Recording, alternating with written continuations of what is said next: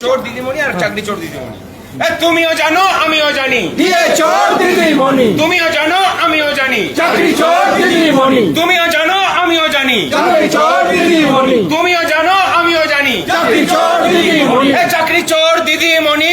তুমিও জানো আমিও জানি, দিয়ে চোর দিদিমণি। তুমিও জানো আমিও জানি, চাকরি চোর দিদিমণি। তুমিও জানো আমিও জানি, দিয়ে চোর দিদিমণি। তুমিও জানো আমিও জানি। দাবি যদি ন্যায্য হয় যুদ্ধ শেষে আসেই জয়, তার সংগ্রাম চলছে চলবে, চলছে চলবে। দাবি যখন ন্যায্য হয় যুদ্ধ শেষে আসেই জয়, তাই সংগ্রাম চলছে চলবে, চলছে চলবে। দাবি যখন ন্যায্য হয় যুদ্ধ শেষে আসেই জয়, তাই সংগ্রাম চলছে চলবে, চলছে চলবে।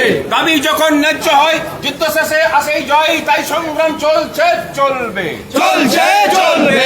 সংগ্রামী যৌথ মঞ্চ জিন্দাবাদ, জিন্দাবাদ জিন্দাবাদ, যৌথ মঞ্চ জিন্দাবাদ, জিন্দাবাদ জিন্দাবাদ, সরকারি কর্মচারী পরিষদ জিন্দাবাদ, জিন্দাবাদ জিন্দাবাদ, শিক্ষক কর্মচারী ঐক্য জিন্দাবাদ, জিন্দাবাদ জিন্দাবাদ। শূন্য পদে স্বচ্ছ নিয়োগের দাবিতে এই লড়াই চলছে চলবে, চলছে চলবে। রাজ্য সরকারের দুর্নীতির বিরুদ্ধে এই লড়াই চলছে চলবে, চলছে চলবে। রাজ্যকে বাঁচানোর জন্য এই লড়াই চলছে চলবে, চলছে চলবে। ধর্মঘটে সামিল হন, সামিল হন সামিল হন, ধর্মঘটে সামিল হন, সামিল হন সামিল হন। সুপ্রিম কোর্টের রায়কে মান্যতা না দেওয়ার জন্য এই ধর্মঘট চলছে চলবে, চলছে চলবে। দিয়ে চোর দিদিমণি তোমায় জানাই ধিক ধিক ধিক্কার, ঠিক ঠিক ধিক্কার, চাকরি চোর দিদিমণি তোমায় জানাই ধিক ধিক ধিক্কার, ঠিক ঠিক ধিক্কার। যৌথ মঞ্চ সংগ্রামী যৌথ মঞ্চ জিন্দাবাদ জিন্দাবাদ, অবিলম্বে সমস্ত বকেয়া মহার্ঘ ভাতা মিটিয়ে দিতে হবে। দিতে হবে দিতে হবে। আমরা এই মুহূর্তে রয়েছি নিউ সেক্রেটারিয়েটে। এখানে একটা চলছে ধর্মঘটকে, শান্তিপূর্ণ ধর্মঘটকে বানচাল করার জন্য একদল দুষ্কৃতী এসে এখানে ঝামেলা পাকানোর চেষ্টা করে, অর্জুনদার উপর ধাক্কাধাক্কি করার চেষ্টা করে। আমরা সঙ্গে সঙ্গে বিষয়টাকে নিয়ে এই কারণের দাবিতে রাজ্যব্যাপী ধর্মঘট প্রতিরোধ গড়ে তুললে তারা পালিয়ে যায়। ধর্মঘট চলছে, চলছে চলবে। রাজ্যব্যাপী ধর্মঘট চলছে, চলছে চলছে। পেটের দাবিতে ধর্মঘট চলছে, চলছে চলবে। পেটের দাবিতে ধর্মঘট চলছে, চলছে চলবে।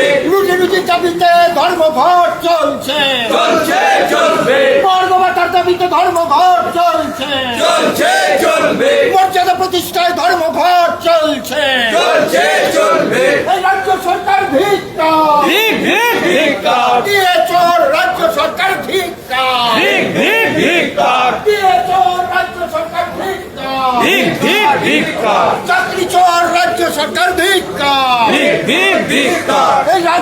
এই ডিএর দাবিতে সারা পশ্চিমবঙ্গব্যাপী ধর্মঘট চলছে, চলছে চলবে। কি অদ্ভুত বিষয় দেখুন, একটা গণতান্ত্রিক দেশ তো ভারতবর্ষ বলা হয়, ভারতবর্ষ একটি গণতান্ত্রিক দেশ, এবং একটি গণতান্ত্রিক দেশে কতগুলো গণতন্ত্রের স্তম্ভ থাকে। বিচার ব্যবস্থা বা আইন আদালত, পুলিশ মিলিটারি, আমলা প্রশাসন, এরা একে অপরের থেকে কিন্তু বিচ্ছিন্ন থাকে একটি গণতান্ত্রিক দেশে। আমরা দেখতে পাচ্ছি যে এক অদ্ভুত ব্যাপার, সুপ্রিম কোর্ট রায় দিচ্ছেন 25% বকেয়া মহার্ঘ ভাতা অবিলম্বে প্রদান করতে হবে রাজ্যের সরকারকে, এবং রাজ্য সরকার কি করছে, সেই রায়কে না মেনে নিজেরা একটা কমিটি তৈরি করছে, যে কমিটি এই রায়কে কিভাবে বৃদ্ধাঙ্গুষ্ঠ দেখানো হয় তার বিচার।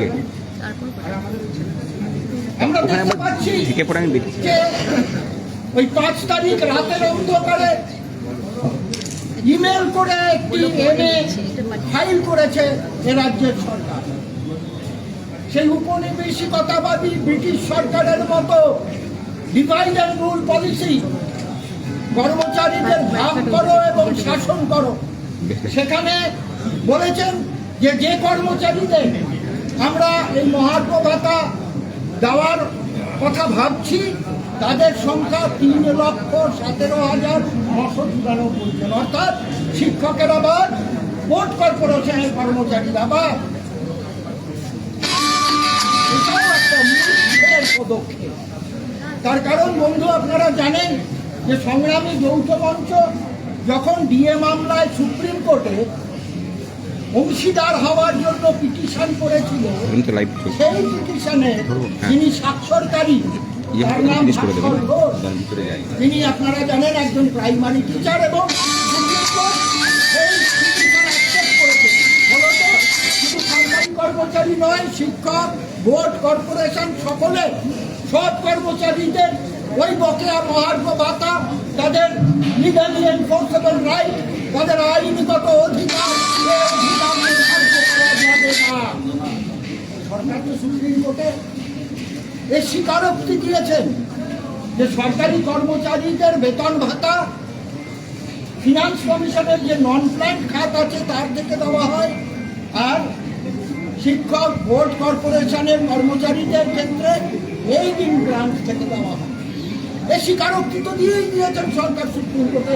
এখন এই বিভাজনের যে শর্ত সামনে এনেছে সেটা তো অবান্তর। আমরা ঐক্যবদ্ধভাবে নিজেদের রুটি রুজির দাবিতে লড়াই করছি, তাই নয়। আমাদের মুখ্যমন্ত্রী সরকারি কর্মচারীদের যার পর নাই অপমান করেছেন, আমাদের সারমেয় মার্জানদের সঙ্গে তুলনা করেছেন।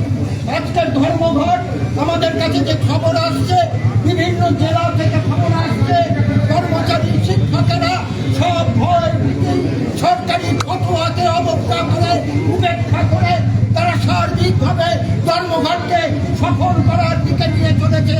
এবং এই সার্বিক সফল ধর্মঘটের মধ্যে দিয়ে আমরা ওই স্বৈরাচারীকে তার মুখের মতো জবাব দিয়েছি। গালাগালি জবাব আমরা গালাগালিতে দিই না। আমরা শিক্ষিত কর্মচারী শিক্ষক সম্প্রদায়, আমরা আমাদের ঐক্যের শক্তি দিয়ে, আমাদের ঐক্যবদ্ধ লড়াইয়ের মধ্যে দিয়ে প্রশাসনকে অচল করে দেওয়ার মধ্যে দিয়ে আমরা আমাদের জবাব দিই। বন্ধু, আজ 13ই মার্চ 2023-এর 10ই মার্চ এক ঐতিহাসিক ধর্মঘটের মধ্যে দিয়ে আমরা এই সরকারকে চেতাবনী দিয়েছিলাম যে কর্মচারী ঐক্যবদ্ধ আছে। আজকে 13ই মার্চ তেমনই একটি ধর্মঘটের মধ্যে দিয়ে সরকারকে আরো একবার সতর্কীকরণ করা হলো। এখনো যদি অবিলম্বে সুপ্রিম কোর্টের রায় মেনে আমাদের দাবি পূরণ না করা হয়, আমাদের ন্যায্য প্রাপ্য বকেয়া মহার্ঘ ভাতা মিটিয়ে না দেওয়া হয়, সমস্ত শূন্য পদগুলোতে স্বচ্ছ নিয়োগ না করা হয়, যে অস্থায়ী কর্মচারীরা আছে, যাদেরকে দাস সুলভ শোষণ করছে এই সরকার, তাদেরকে যদি স্থায়ীকরণ না করা হয়, 13ই মার্চ এই সতর্কবাণী পাঠালো, এই বার্তা পাঠালো সরকারের কাছে। এরপরে ঐক্যবদ্ধ শিক্ষক কর্মচারীরা লাগাতার ধর্মঘট করে এই প্রশাসনকে সম্পূর্ণ অচল করে দেবে, এবং তার দায় কিন্তু সরকারের ঘাড়ে বর্তাবে। আমরা যদি আমাদের ঐক্যকে, আমরা যদি একে অপরের কাঁধে হাত দিয়ে চলি, আমরা যদি স্লোগানে একে অপরের সাথে গলা মেলাই, আমরা যদি একে অপরের পায়ের তালে তাল মিলিয়ে চলি, পৃথিবীতে এমন কোনো সরকার নেই। এ সরকার তো তুচ্ছ, শুধুমাত্র পশ্চিমবঙ্গ ছাড়া যে শাসক দলের আর অন্য কোথাও কোনো ভিত্তি নেই। নগণ্য, মূল্যহীন, দুর্বল সরকার। কর্মচারীদের ঐক্যবদ্ধ, জনগণের ঐক্যবদ্ধ প্রতিরোধের কাছে এমন কোন সরকার নেই পৃথিবী যে মাথা নত করবে। এ সরকারকেও আমরা আমাদের যে সরকারের সর্বময় কর্তৃক আমাদের কুকুর বিড়াল বলে অপমান করেছে, সেই সরকারকে অদূর ভবিষ্যতে আমরা আমাদের পদানত করব, এই শপথ নিয়ে বক্তব্য শেষ করলাম।